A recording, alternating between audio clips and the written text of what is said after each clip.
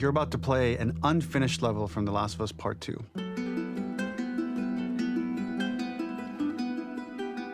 The reason we added this section is there are a few sequences, and we picked the 3 of the best ones, that we cut from the game. Often we build a game that's much bigger than what ends up being the final product.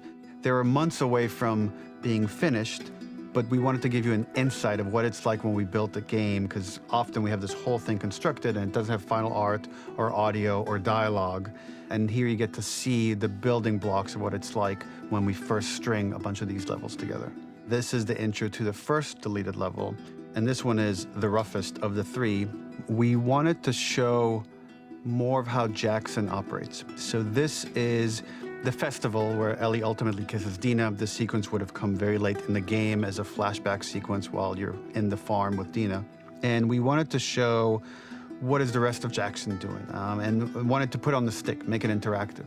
So you could see when you're outside, there are all these almost like carnival games that you can play. You could mix drinks, you could play with these kids that are playing a sort of clicker Marco Polo, sit down and listen to conversations. And all the different interactions were first or second pass, very, very early passes. The building blocks are there, but nothing is final. And ultimately, while we were very excited by this sequence, it's pretty fun and lighthearted. It just slowed things too much as we're barreling towards the end of the story at this point. So again, reminder, rough, missing audio, missing animation, missing gameplay tweaks, missing dialogue, but pretty representative of what it would have been. So enjoy.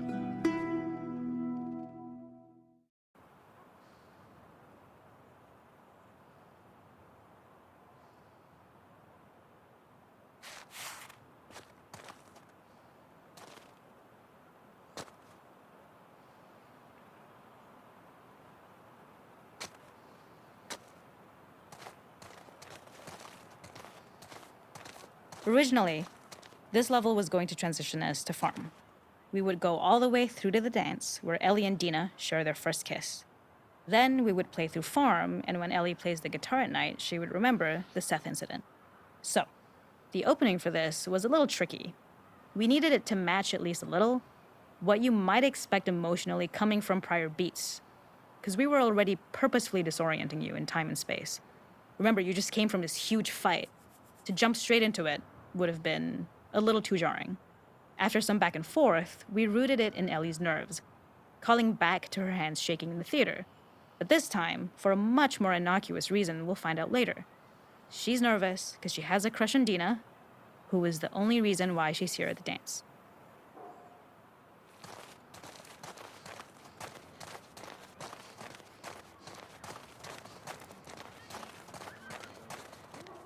Something we really wanted to do was highlight the way their lives had turned upside down since she went down this path. We had this idea of recontextualizing all of our usual gameplay mechanics that were designed for really violent ends. The workbench, door bashes, throwable weapons, and even the infected, which is my personal favorite. Peppered throughout the level are moments of levity or shared history, all the while seeing how happy and mundane they all were before her huge revenge odyssey.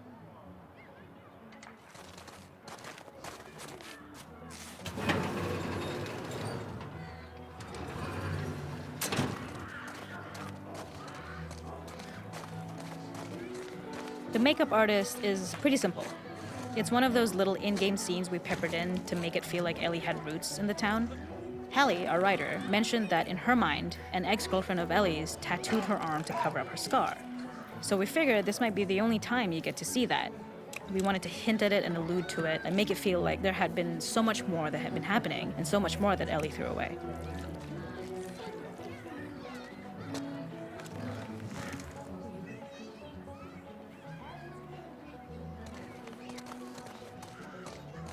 This is one of my favorite sections because I think that it achieves both the slice-of-life aspect of Jackson while also being a stark reminder of how dark the world that they live in really, really is.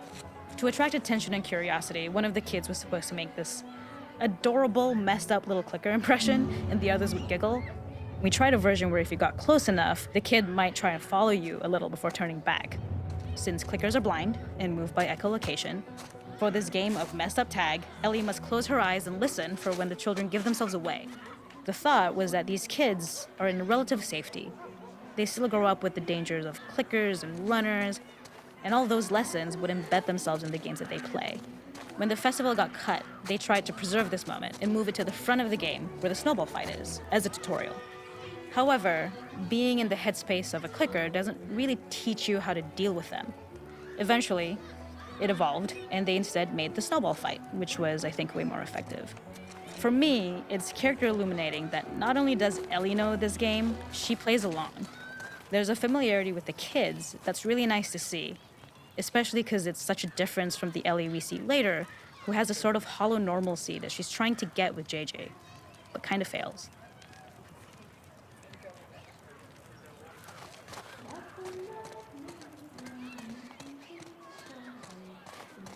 There's a hidden spot at the back that was just a bit of fun.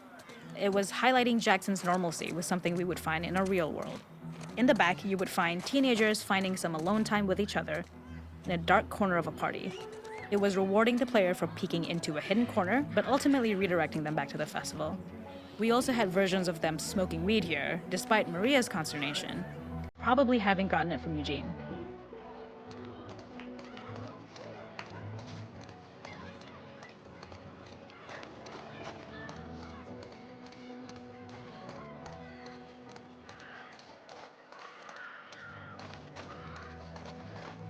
We use our workbench a lot to make a lot of things that kill and maim and hurt people. Here, we had the silly idea of using the same feel, harkening back to the same animations, using the exact same UI to instead fix a drink. Like the workbench, you could pick your base and then you could add something to it. And at the time, we had some different reactions from Ellie based on how strong you chose to make the drink. Something we wanted to prototype though, before it got cut, was picking up some ingredients around to add, like a lime or maybe a bottle of someone's favorite whiskey or salt, like you were earning upgrades. We also toyed with having Ellie carry around the drink you made and occasionally sip it, psyching herself up to go talk to Dina inside because she's nervous. It got too noodly though, because she would need to keep placing it somewhere before she did anything, so it would have ended up more trouble than it was worth.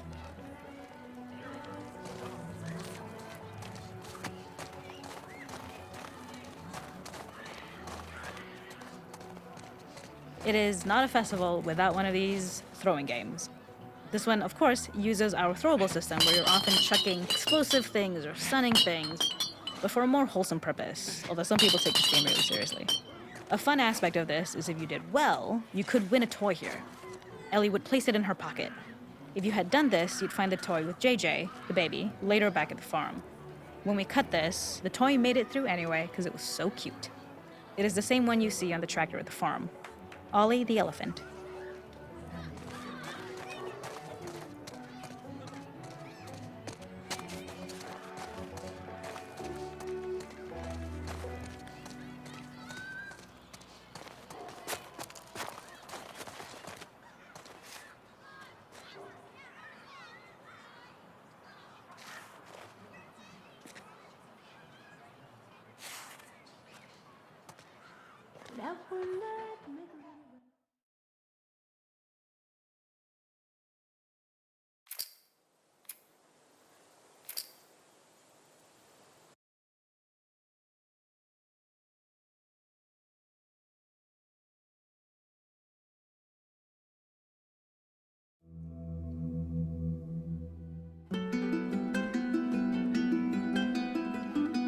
In this second deleted level, which is an extended sequence of the sewers in Seattle, this comes on the heels of where Ellie goes into a building and she survives an attack by stalkers and gets thrown out of a window and gets swept away by the current. And then we cut this section that used to be there in the final game.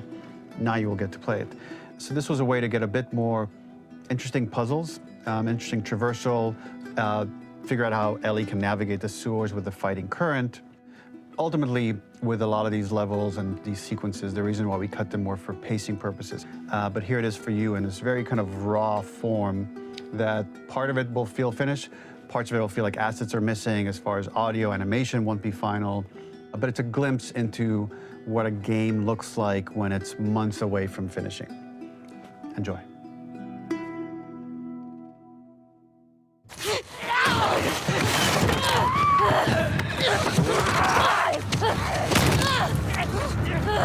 Get off of me!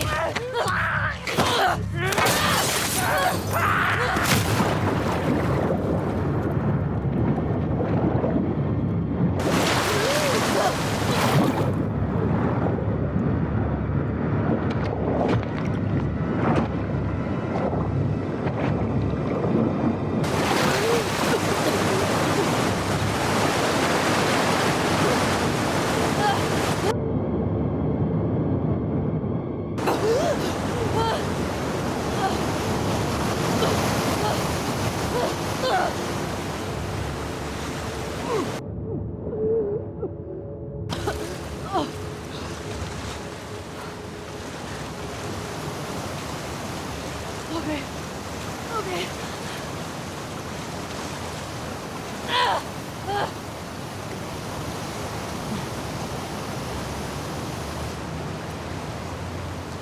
Fuck, Seattle.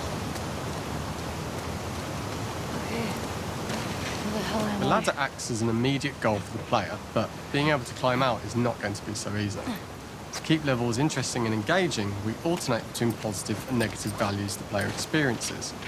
Here, it's a positive to have found a ladder, but then a negative to discover it's not the solution. But then another positive to identify the next short-term goal of the doorway. By alternating between these opposing values, we give players what they expect, but not how they expect it.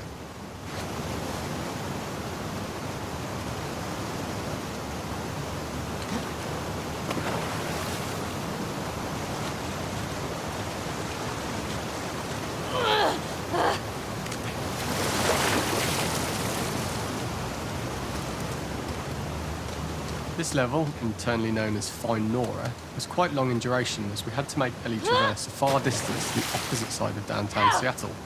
The sewer section was originally longer than what we released the game with, approximately 10 minutes more. This was one of the few areas of the game that used water flow as part of a traversal puzzle. The player has to go upstream to use the current to get to the platform to the other side.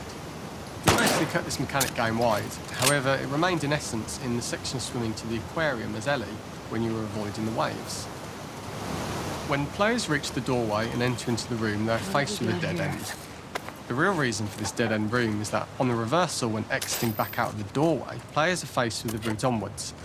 A pipe that they'd not been able to see when they were swept past it on the way in, and something that was hidden from view when on the side platforms. The intention here being that the only option is to go off the standard path in order to search for a way out.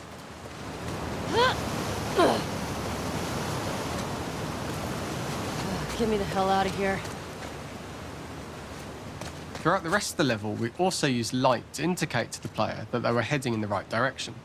At each turn, however, we blocked the direct route forward. Players would know that they just have to keep finding alternative paths, promoting those feelings of being desperate and trapped.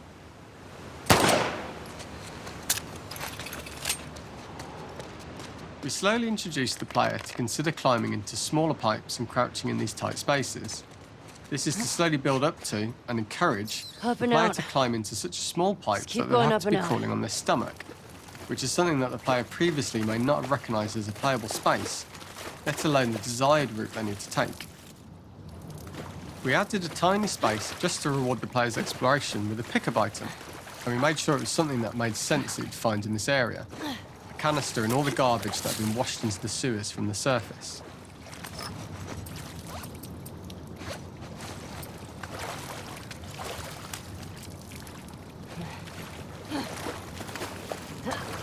We loved the idea of making Ellie prone through a tiny, dirty pipe in order to get out, as it was a great opportunity to use our Shit, prone Ellie. mechanic. A unique camera setup was created to support crawling in these pipes, as the standard prone camera is much higher above the player. We also created custom collision in order for Ellie to manoeuvre in these tight spaces easily. Initially, the oblong collision capsule around her character caused issues crawling around corners. We put extra effort into the custom corner collision, so the movement experience is as smooth as the main game. In order for the player to feel cramped, claustrophobic and desperate, we'd been enforcing the traversal mechanics that allow for a tight environment which promote these feelings. We introduced the use of the squeeze through so that we can keep the player feeling enclosed and tight, but without repeating the same geometry. Here we change from low ceilings with wider walls to high ceilings and tight walls to change up the spatial pacing and keep the level from repeating itself. Shapeless guy.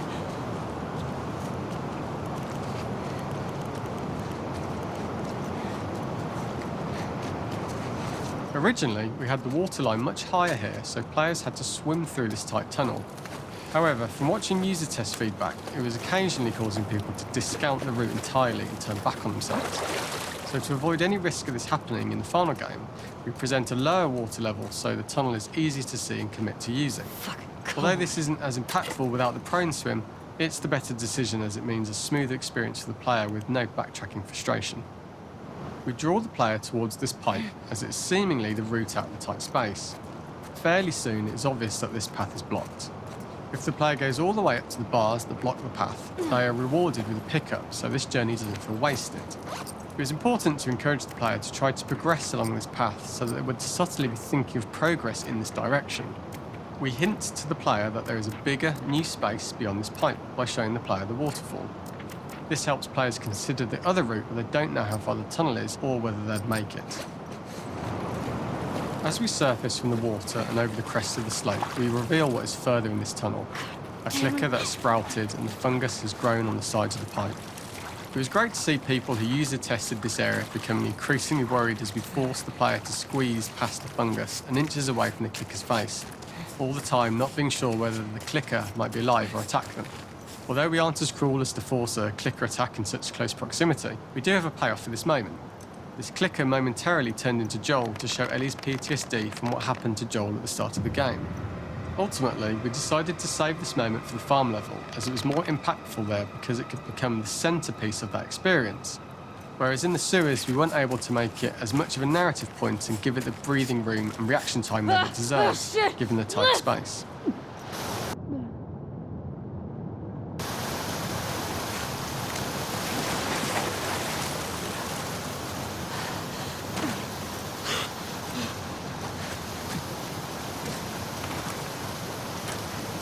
For the final section, we eventually opened you out into a wider area as you traverse through such tight spaces leading up to this.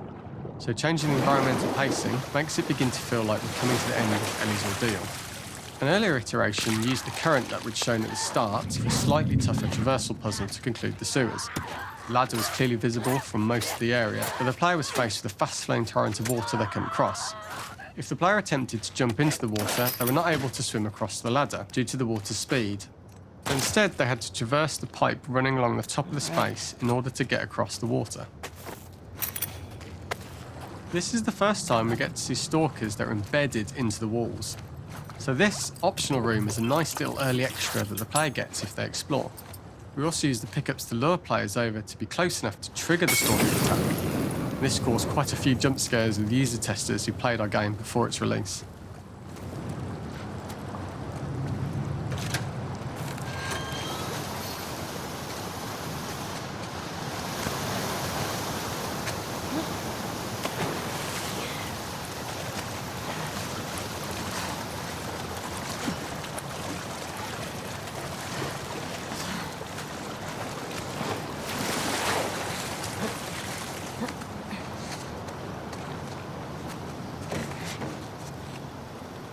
Using this pipe was retained in the iteration we shipped with, as it's the last of the extreme methods Ellie has to undergo in order to escape the sewers, and what she will go through in her pursuit of revenge.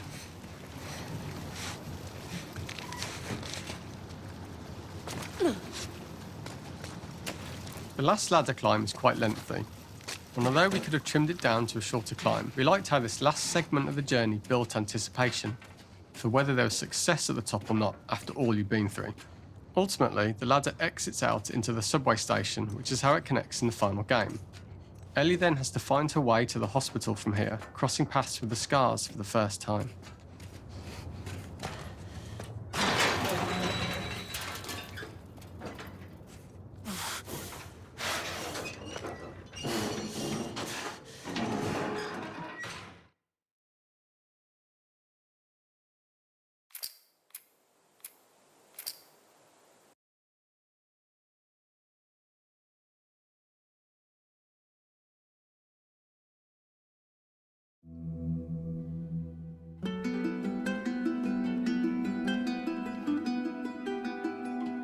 For this third and final deleted level, what we call the boar hunt sequence, this was a sequence pretty late in the game. It was right after the whole Seattle Abby sequence where Abby spares Ellie.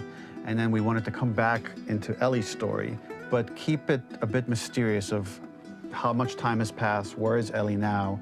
So we're coming in on Ellie, and she's following a trail of blood. And we wanted to mirror, in a way, the deer hunt sequence from the first game, but this time do it with a boar. And there's something with Ellie that now she can't let go of this violence. She's pursuing it, even against this innocent animal. This was another opportunity to show how the violence that Ellie has experienced, the violence that she witnessed being afflicted onto Joel, is still sticking with her, and she's still experiencing these PTSD moments. This was a sequence that was pretty far along and was cut pretty late in production. Parts of it are still really rough, but the gameplay, the building blocks were all there. I think you'll have fun to see, like, again, a rough, unfinished sequence that you can play. You can see all the way to the end, and including a cinematic that we end up cutting. And the remnants of the sequence ended up being mentioned in Ellie's journal. So this part of the story that we developed still made its way into the game as kind of optional stuff that you could read about, but here you get to experience it. So as a reminder, this is pretty rough, months away from being finished, but you get to see it now.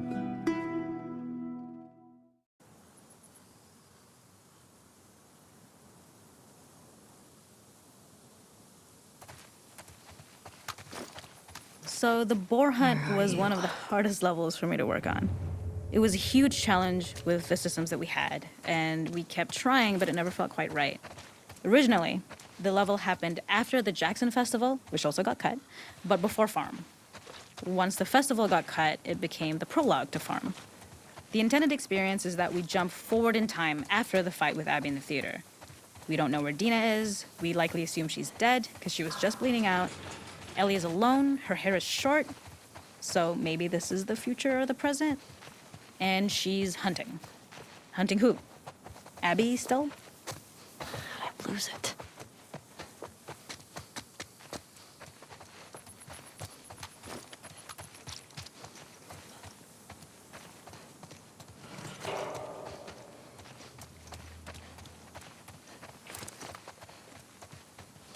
There it is.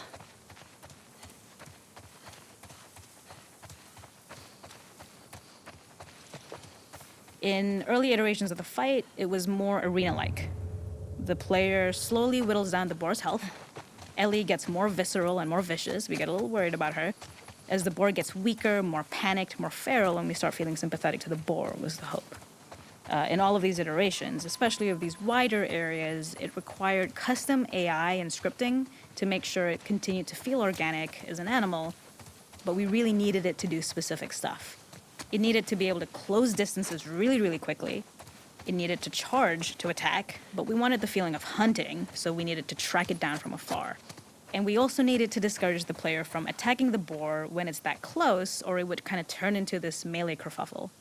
How do we do this in our world while keeping the boar believable? We must have gone through 5 or 6 iterations of the boar fight and all, and every single time it changed pretty drastically. We split it into clear phases, where one was like all long range. We tried another where you're getting close and you get the jump on it quite literally. You're jumping off of a rock to attack it. And then finally, we tried a bunch where you almost sort of go around a bunch of trailers and try and wrestle it. We uncovered after some time that taking down a boar over several phases felt very laborious and a little dramatic. It was comically long. It felt too boss-like, a little too gamey. We decided to cut the first few phases, and we opted for a cold open after the boar had already been hurt off screen. So that allowed us to focus on feeling like we're closing in on prey and to introduce the boar when it was at its most dangerous. Already hurt, already feral, much too close for comfort. And so the thinking was to bring us more into Ellie's mindset. Is this really hunting for food, or is she hunting for some other reason?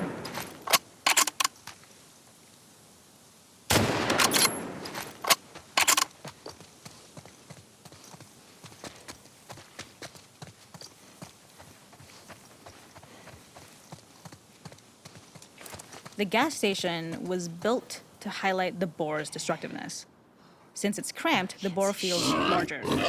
We also feel trapped with it, or perhaps it's trapped with us. When it charges, it gets to us quickly, so we must be on our toes. This made it more aligned with Ellie's sort of hunting for trouble mindset. Listening became more important, as well as moving around slowly so it didn't hear you. Could you spot it before it saw or heard you? And could you get a shot off quickly enough so you could dodge out of the way? Or is the shot worth the cost after? It feels like a gamble. By the end of the fight, everything would likely be in shambles. It would burst through the back, and Ellie would follow it and finally enact revenge. Nowhere to run.